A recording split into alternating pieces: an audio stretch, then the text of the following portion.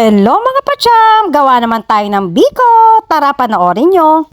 1 kilong malagkit at 1 tasang tubig at 1 tasang gata rin.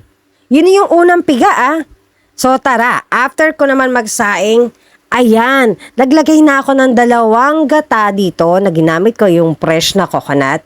At syempre ang kalahating pulang asukal. At ito naman ginagawa ko dito ay para sa ating latik. Siyempre, hindi mawawala ang latik sa ating biko.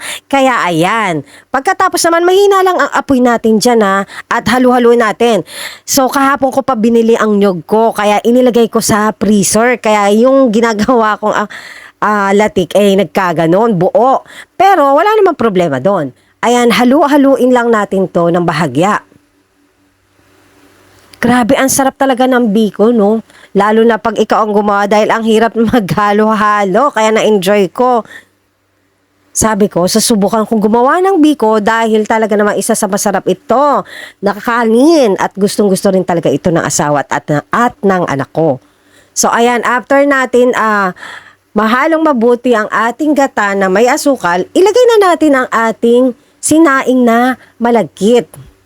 Yan lang yung medyo mahirap sa pagkagawa ng biko. Talaga naman kailangan mong halu-haluin. 1 kilo po ang ginawa ko dito at marami naman akong nagawa. Naka 8 tubs ako dito. Ayan, syempre, shinare ko rin to sa aking mga friends at kamag-anak.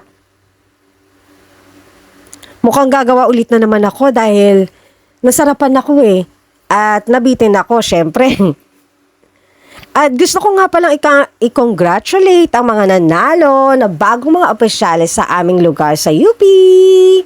Good job! At sana pagbutihan nyo ang inyong mga alituntunin at gustong gawin sa ating barangay. Ayan ang ating latik. Talaga naman napakasarap.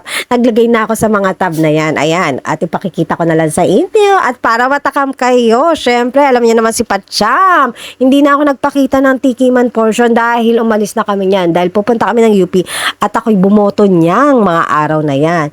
So, ayan. Kung wala pa kayo nalulutong kakanin, magbiko na lang kayo. Napakadali lang pala nito, mga patsyam. O, saan ba yung mga nakalaga kang inyong mga mahal sa buhay, na sumakabilang buhay?